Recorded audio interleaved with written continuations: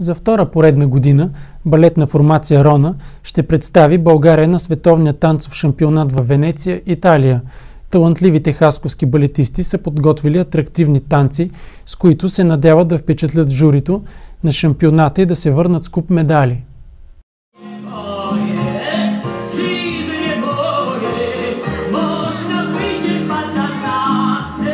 На 30-то издание на световния танцов шампионат хасковския състав ще се представи с 14 състезателни танца, 9 от които солови, 2 дуетни и 3 групови.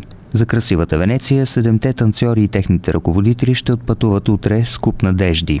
Дано да се върнем с гордо вдигнати глави. Аз лично се надявам, че ще имаме успехи. Подготвили сме се.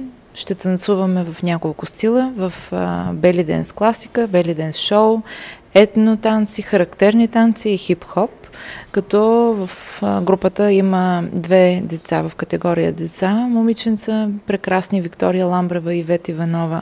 Сред участниците са и Марина Маврова, Десислава Желева и Християна Колева.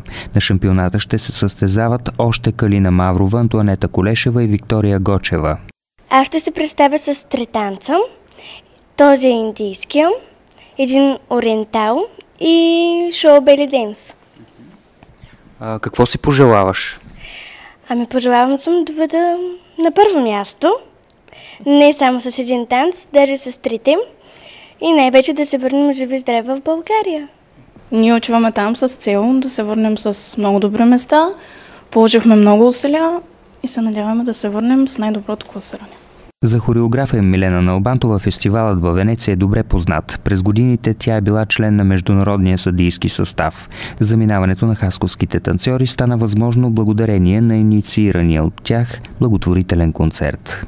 Успяхме да съберем една доста голяма сума, с която подпомогнахме родителите за това пътуване.